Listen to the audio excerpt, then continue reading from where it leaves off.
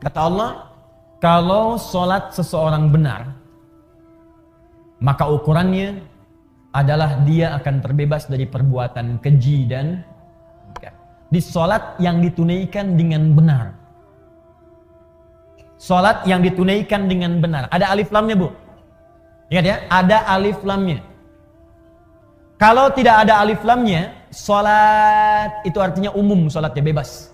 Ibu mau cepat-cepat, mau lambat silahkan, mau khusyuk, mau tidak bebas. Tapi kalau ada alif lamnya disebut alif lam ma'rifah, khusus sesuai ketentuan. Dan semua bacaan sholat dalam Al-Quran, semua bacaan sholat, kalimat sholat dalam Al-Quran yang bermakna ibadah, dari mulai takbir sampai dengan salam, seluruhnya menggunakan alif lam. Kalimat sholat pertama Al-Baqarah ayat 3. Alladzina yu'minuna bil ghaib wa yuqimunas sholat. Al-Baqarah 43. Wa aqimus sholat. 45. Wasta'inu bis sabri was sholat. 153. Ya ayyuhalladzina amanu ista'inu bis sabri was sholat. 238. Hafidhu alas sholawat. Quran surah ke-11 misalnya ayat 114. Aqimis sholat tarafail lail. Quran surah ke-17 ayat ke misalnya 78. Aqimis sholat liduluki syamsi. Selalu pakai alif lam. Itu artinya kalau kita sholat mesti benar. Nah kalau sholatnya benar, apa dampaknya dari situ? Akhlak. Tanha anil fahsya'i wal munkar. Maaf, semua orang baik itu sumber kebaikannya terbebas dari dua ini. Mohon izin Bu ya, kalau ibu anaknya, cucunya, atau kita sendiri ingin baik, rumusnya gampang. Bebaskan dari dua sumber ini. Tidak ada yang ketiga. Di keburukan itu cuma dua. Kalau bukan fahsya, pasti munkar. Kalau bukan fahsya, pasti munkar. Apa itu fahsya? Keji. Apa itu keji? Fahsya. Fahsya, keburukan yang bersumber dari syahwat. Pornografi, porno aksi, LGBT, yang jorok-jorok, yang kotor itu fahsya. Awas, hati-hati. Saya ulang ya. Pornografi, porno aksi, LGBT, homo, lesbi, transgender, sejenisnya itu fahsya namanya. Jadi mustahil ada orang sholat berbuat fahsya, mustahil. Makanya ketika seseorang sholatnya benar, itu pasti akan memberikan perisai pada dirinya dari perbuatan fahsya. Nih Bu ya, gak usah jauh-jauh. Kalau sholat kita benar, ibu lihat gambar di handphone. Buka misalnya, ya. Begitu ingin lihat berita, tiba-tiba ada gambar yang tidak elok. Itu kalau sholat kita benar, dalam hati kita ada yang disebut dengan burhan namanya. Apa namanya? Burhan. Ada Ustadz Yusuf Burhan. Burhan. Laula an ra'a burhana rabbi. Burhan. Burhan itu petunjuk Allah. Saya ulang ya. Burhan itu petunjuk Allah yang muncul dalam hati, yang menjauhkan kita dari maksiat. Petunjuk Allah yang muncul dalam hati, yang menjauhkan kita dari maksiat. Nabi Yusuf pernah diajak berduaan oleh seorang perempuan, istri seorang pembesar, untuk melakukan hubungan yang tidak dibenarkan. Ya, ini dalil tidak dibenarkannya. Awas, perbuatan zina di luar nikah. Hati-hati di surat Yusuf. Ya, walaqad hammat bihi, ya, wa hamma biha laula an ra'a burhana rabbi. Perempuan itu mengajak Yusuf untuk berduaan. Perempuan itu telah memiliki suami. Yusuf belum menikah sama sekali, diajak berduaan. Ini dalil jelas dalam Al-Quran tidak diperbolehkannya hubungan seksual di luar pernikahan. Jadi nggak usah bikin disertasi, capek. Ya, udah satu ayat baca selesai. Ini artinya orangnya jarang baca Quran. Balik ke sini. Ketika kemudian ditampakkan oleh Allah, laula ara'a burhana rabbi. Kalau dia tidak merasakan, melihat burhan, petunjuk di hatinya dari Allah, ini salah, jangan lakukan. Kalau Nabi itu pasti dijaga, maksum. Nabi nggak mungkin berbuat maksiat, dijaga. Kalau kita karena bukan Nabi, dorongan nafsu itu ada, tapi oleh Allah diberikan pancaran di hatinya supaya mencegah dia berbuat maksiat. Makanya ibu sering dengar suara hati ketika berbuat salah.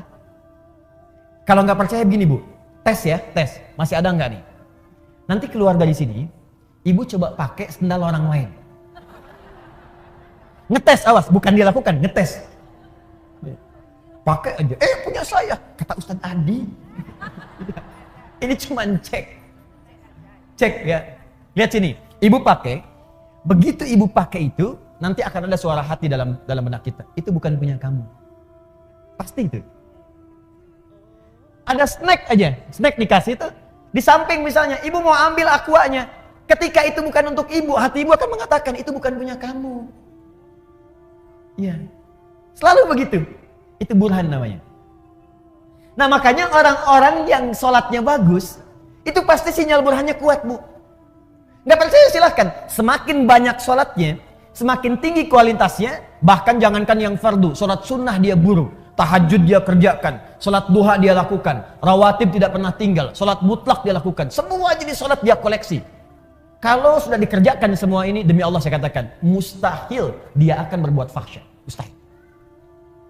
Sebaliknya, kalau ada orang masih berbuat fahsya, senang berkata kotor, apalagi berbuat seperti yang tadi, pelaku di pornografi, ada porno aksi, aktif di LGBT, tapi masih kelihatan sholat, itu pasti ada yang salah dalam sholatnya. Ada yang keliru. Karena mustahil sholat itu bersanding dengan perbuatan maksiat, itu mustahil. Jari orang tahiyat tidak akan berbuat maksiat. Makanya misalnya yang menyimpang tadi, ada yang saudara kita sakit misalnya ya, yang homo, yang lesbi, kita doakan supaya sembuh, kita ajak untuk kembali. Kita doakan, berikan pendidikan supaya balik lagi. Nah pelajaran supaya dia balik dalam aspek syariat itu, dalam hal tertentu dia nggak boleh kemudian menjadi pelaku. Contoh, imam. Homo nggak boleh jadi imam. Di kalangan orang normal itu nggak boleh. Kenapa? Karena di antara syarat tidak terpenuhi, perilakunya tidak mencerminkan kemudian hasil dari perbuatan sholatnya. Dan ketika dia sholat, otomatis bisa mengganggu jamaah di belakangnya. Allahu Akbar. Bubar. Bubar sholatnya. Jelas ya? Baik. Jadi mustahil, Bu. Mustahil ada orang sholat berbuat fahsya, itu mustahil. Awas. Saya maksud bukan ibu. Kalau pulang ke rumah ada anak, senang lihat tayangan yang tidak bagus, main-main di lingkungan yang tidak baik, maka coba lihat sholatnya. Yakin saya. Kalau enggak dia bolong-bolong, pasti enggak maksimal sholatnya. 2 mungkar. Mungkar perbuatan maksiat yang bersumber dari nafsu perut dan akal.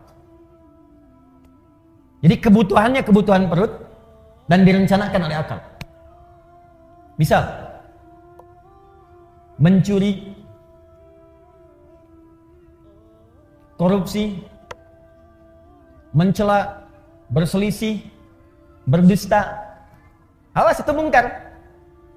Mencela itu perbuatan mungkar, makanya ada larangan mencela. Quran surah ke-49 ayat yang ke-11. Ya ayyuhalladzina amanu la yaskhar qaumin qaum, jangan saling mencela. Gibah itu double, perbuatan mungkar dan fahsya. Gibah, Bu. Ya, bahasa kerennya gosip. Ya, makanya maksiat itu jangan dibikin keren, Bu. Jangan merubah kalimat maksiat menjadi kalimat yang halus, sehingga dengan halusnya kalimat itu seakan-akan perbuatan itu boleh. Jangan. Ibu katakan aja begitu. Sekarang kan misalnya, Bu ya, maaf ya, mencuri sekarang kan dimodifikasi kalimatnya. Korupsi, udah aja sebut maling, itu jelas selesai. Kenapa yang ayam disebut maling, yang besar-besar disebut koruptor? Kan jadi kayak keren. Makanya ketika dibawa kemudian oleh petugas, gayanya kayak mau pergi ke hotel. Bawa koper, bawa apa, rombongan gitu kan. Udah ada sebut maling, udah selesai. Ya, orang-orang yang menjual diri, laki-lakinya, perempuannya sebut pezina. Ini diperbagus, karena diperbagus seakan-akan jadi boleh. Kupu-kupu malam. Jadi kalimatnya dibikin bagus, karena dibikin bagus itu seakan-akan menjadi boleh. Udah maksiat pun langsung aja dibikin dengan kalimat yang jelas seketika. Kata Allah, la taqrabu zina, zina. As-sariqu was-sariqatu, maling, pencuri, sebut dengan itu. Sehingga ketika kalimatnya itu keras disebutkan, dia akan jauhi. Bapak kamu maling ya? Bukan, koruptor. Karena dibikin bagus. Ya. Ibu kamu kok keluaran malam-malam? Dia kupu-kupu.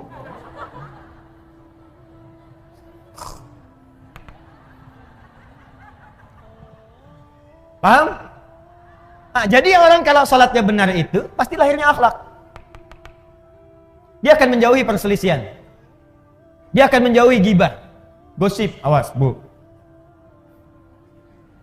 Maaf ya, saya tunjuk ibu karena memang pesan di Qur'annya itu lebih kuat ke perempuan.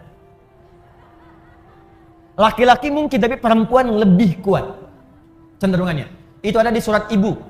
Ya, surat An-Nisa ayat 34, paling kiri sebelah atas. Saya lompat sedikit. Quran surah keempat, surat ibu-ibu.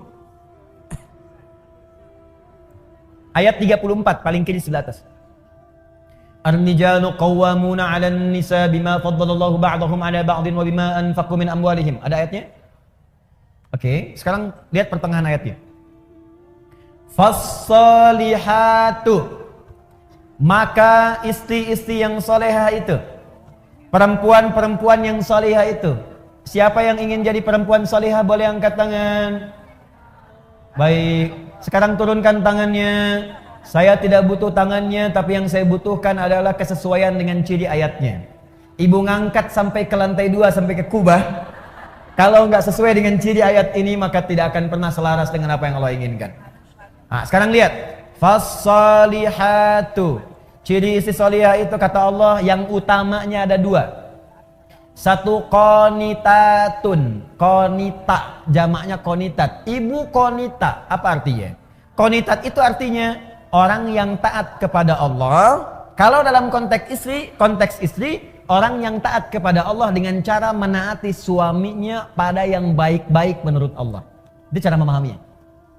Di istri yang salihah itu, dia taat kepada Allah. Bagaimana cara taatnya? Menaati suaminya sepanjang suaminya minta yang baik menurut Allah.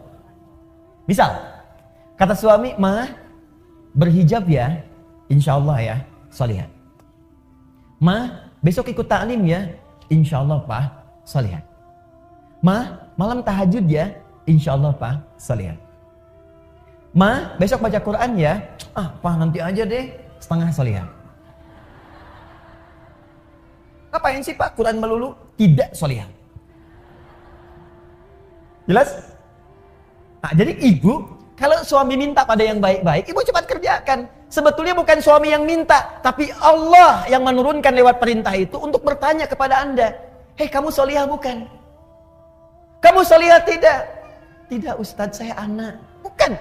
Bukan namanya, sifatnya. Di ketika lewat kemudian di kalimat ustadz, apalagi di kalimat suami, itu untuk mengecek sifat solihah itu ada tidak. Mama, nanti mama malam tahajud ya, kalau papa terlampau capek mama bangun. Papa gimana sih nyuruh tapi tidak dilaksanakan? Jangan lihat kalimat itunya Bu.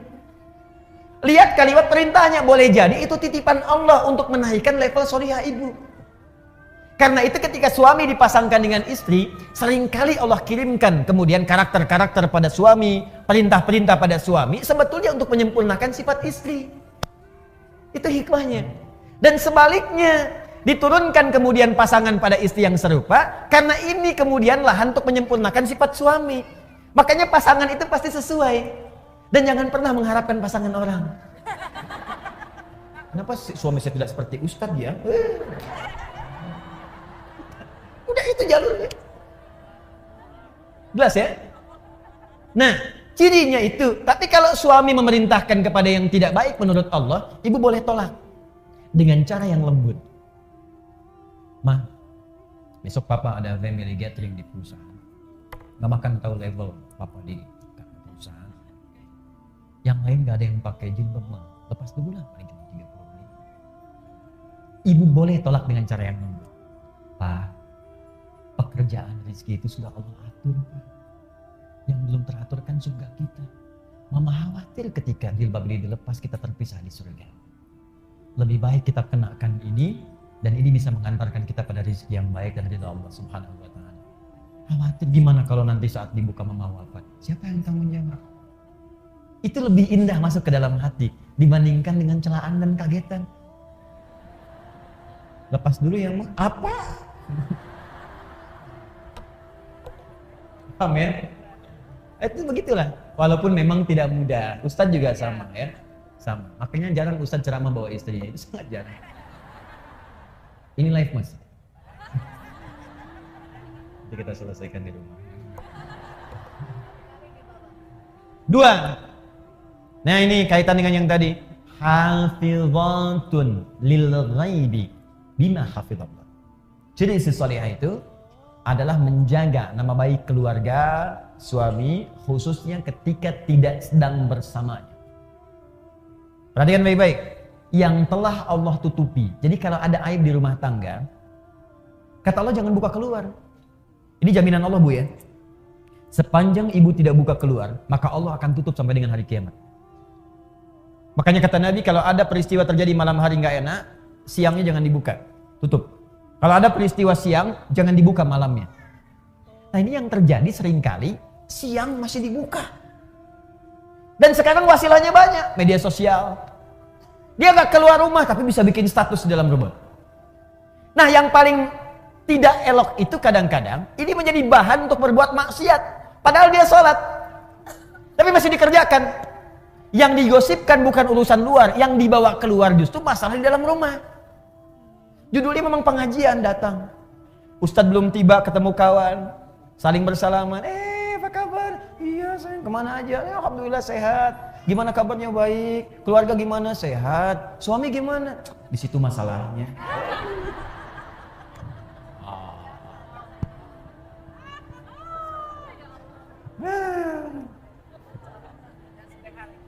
Ya, ingat, gosip perbuatan fahsya sekaligus mungkar.